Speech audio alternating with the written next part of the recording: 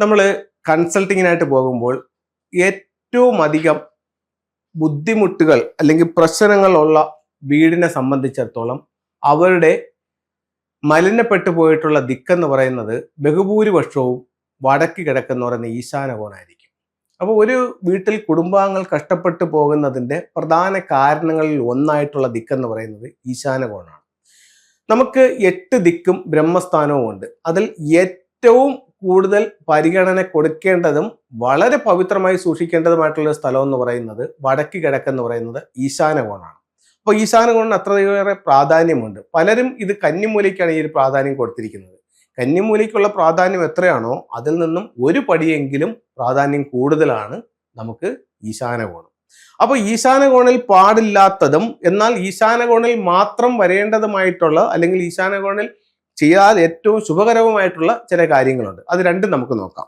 ഒന്ന്, ആദ്യം എന്തൊക്കെ പാടില്ല എന്നുള്ളത് നോക്കാം. ഇത് ഒരു വീടിനെ ഞാൻ കറക്റ്റ് 9 ആയിട്ട് തിരിച്ചു വെച്ചിരിക്കുകയാണ്. അപ്പൊ ഇതിന്റെ ഈശാന കോണം എന്ന് പറയുന്ന വടക്ക് കിഴക്ക് ഭാഗം എവിടെന്ന് ചോദിച്ചു കഴിഞ്ഞാൽ ഇവിടം മുതൽ ഇവിടം വരെയുമുള്ള ഇത്രയും ഭാഗം വടക്ക് കിഴക്കാണ്.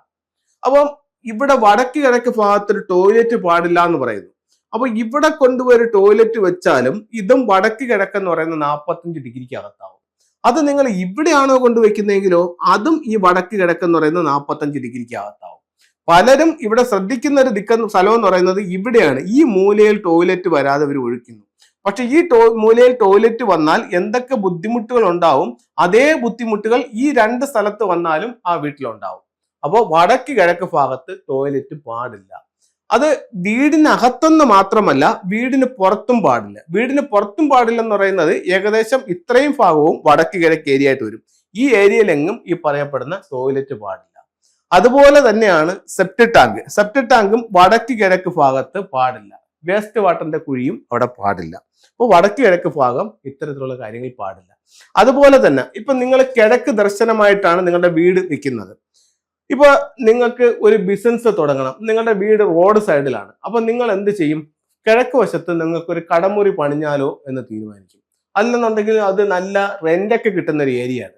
അപ്പൊ അങ്ങനെയാണെങ്കിൽ 3ഓ 4ഓ നിലയുള്ള ഒരു ഫ്ലാറ്റ് ഇവിടെ പണിഞ്ഞ് നമുക്ക് റെന്റിന് കൊടുത്താലോ എന്ന് തീരുമാനിക്കും. എന്നിട്ട് നിങ്ങൾ എന്ത് ചെയ്യും?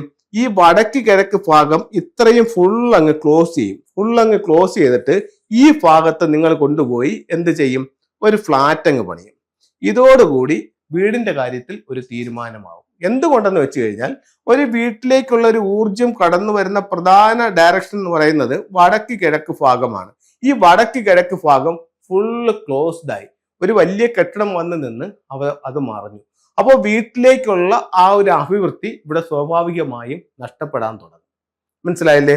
അപ്പോൾ ഒരു കാരണവശാലും വടക്ക് കിഴക്ക് ഭാഗത്ത് യാതൊരു തരം നിർമ്മിതിയും പാടില്ല. പഴയ വീടുകളിൽ എന്ന് പറഞ്ഞു കഴിഞ്ഞാൽ നമുക്കൊരു 25 വർഷമൊക്കെ മുമ്പുള്ള, ഒരു പക്ഷേ 30 വർഷമൊക്കെ മുമ്പുള്ള വീടുകളിൽ നിങ്ങൾ ശ്രദ്ധിച്ചു നോക്കിയാൽ അറിയാം. അത്തരത്തിലുള്ള വീടുകൾ ഇന്നും ഉണ്ട്. നമുക്ക് വടക്ക് കിഴക്ക് ഭാഗത്ത് വീട്ടിൽ അവിടെ ഈശാന കോണിൽ ഒരു കിണറുണ്ടായിരിക്കും. ഈ കിണറിനോട് ചേർന്ന് തൊട്ടിപ്പുറത്തായിട്ട് തന്നെ ഒരു കുളിമുറിയും ഒരു കക്കൂസും ഇവിടെ ഉണ്ടായിരിക്കും. അതായത് ഒരു ബാത്റൂമും ഒരു ടോയ്ലറ്റും ഇവിടെ ഉണ്ടായിരിക്കും. ഇതില് 2 പ്രശ്നങ്ങളുണ്ട്. ഒന്ന്, ഈശാന കോണിൽ മറ്റൊരു കെട്ടിടം വന്നു അവിടെ മറഞ്ഞു. 2, ഇതിൽ ടോയ്ലറ്റും വന്നു. അപ്പം ഇത്തരം കാര്യങ്ങളൊന്നും ഈശാന കോണിൽ പാടില്ല. ചില വീടുകളെ സംബന്ധിച്ചിടത്തോളം വടക്ക് കിഴക്ക് കിച്ചൺ വെക്കുന്ന ഒരുപാട് വീടുകളുണ്ട്. അത് എൻ്റെ അഭിപ്രായത്തിൽ നല്ലതല്ല. അപ്പോൾ വടക്ക് കിഴക്ക് കിച്ചൺ വെച്ചിട്ട് വടക്ക് കിഴക്ക് തന്നെ ഒരു വിറക് വരെയും കൂടെ കൊണ്ടുപോയി വെക്കും. അപ്പൊ എന്താ പറ്റും? അതും ഇവിടെ സംഭവിച്ചതുപോലെ തന്നെ ഈ ഭാഗം ബ്ലോക്ക് ആവും. അപ്പോൾ വടക്ക് കിഴക്ക് ഭാഗം മൊത്ത വസ്തുവിൽ ഏറ്റവും താഴ്ന്നു കിടക്കുകയും വടക്ക് കിഴക്ക് ഭാഗം വൃത്തിയായി കിടക്കുകയും ഈ ഭാഗത്ത് മറ്റ് നിർമ്മിതികളോ മരങ്ങളോ ഒന്നും പാടില്ല. ഇപ്പൊ അതെന്ന് പറഞ്ഞാൽ ഒരുപാട് വീടുകളിൽ നമ്മൾ കൺസൾട്ടിങ്ങിന് പോകുമ്പോഴത്തേക്കും വടക്ക് കിഴക്ക് ഭാഗത്ത് ഇപ്പോഴത്തെ ഈ പ്രത്യേകിച്ച് ഈ മാങ്ങയുടെ ഒരു സീസണൊക്കെ ആകുമ്പോഴത്തേക്കും നമ്മൾ ഒരുപാട് വീടുകളിൽ ചെല്ലുമ്പോൾ വടക്ക് കിഴക്ക് ഭാഗത്ത് മാവ് നിൽക്കുകയും ആ മാവിനകത്ത് നിറച്ച് മാങ്ങ അടിക്കുകയും ചെയ്യുന്നുണ്ട്. അപ്പൊ പല വീടുകളിലും ചെന്നിട്ട് ഈ മാവിനെ ഒഴിവാക്കാൻ നമുക്ക് പറയാൻ പറ്റില്ല. കാരണം ആ രീതിയിൽ കായ്ഫലം അവിടെ ഉണ്ട്.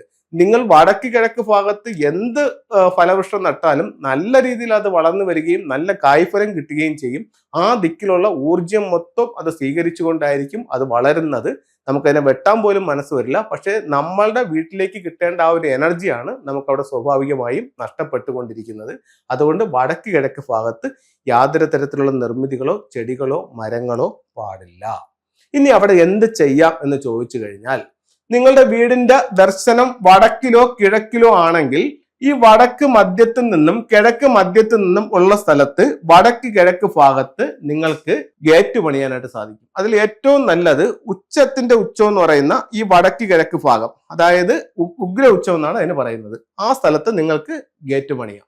അല്ലെങ്കിൽ ഈ പകുതിക്ക് എവിടെ പണിഞ്ഞാലും അതിൽ തെറ്റില്ല. അത് കഴിഞ്ഞിട്ട് അടുത്ത ചെയ്യാവുന്ന ഒരു കാര്യം എന്ന് പറയുന്നത്, ഈ ഭാഗത്ത് നിങ്ങൾക്ക് ബോർവെല്ല്, അതുപോലെ തന്നെ കിണറ്, അതുപോലെ തന്നെ ഭൂമിക്കടിയിലുള്ള സമ്പ് എന്നിവ വടക്ക് കിഴക്ക് ഭാഗത്ത് ചെയ്യാം. അപ്പോൾ ഇത്തരം കാര്യങ്ങളൊന്ന് ശ്രദ്ധിക്കുക. വടക്ക് കിഴക്ക് വളരെയധികം ശ്രദ്ധിച്ചില്ല എന്നുണ്ടെങ്കിൽ നമുക്ക് ഒരുപാട് ബുദ്ധിമുട്ടുകൾ നമ്മുടെ ജീവിതത്തിൽ ആ വടക്ക് കിഴക്കിന്റെ ദോഷം മൂലം അനുഭവിക്കേണ്ടി വരും.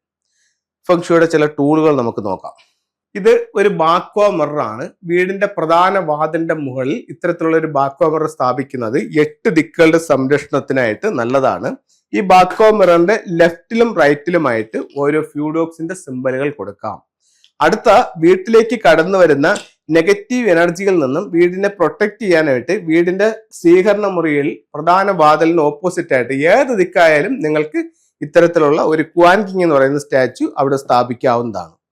നിങ്ങളുടെ ജീവിതത്തിൽ പേരും പ്രസിദ്ധിയും വിജയങ്ങളും ഉണ്ടാവാൻ വേണ്ടിയിട്ട് നിങ്ങളുടെ വീടിന്റെ സൗത്ത് ഡയറക്ഷനിൽ ഇത്തരത്തിലുള്ള ഒരു വിക്ടറി ഹോഴ്സിന്റെ സ്റ്റാച്ചു വെക്കാവുന്നതാണ്.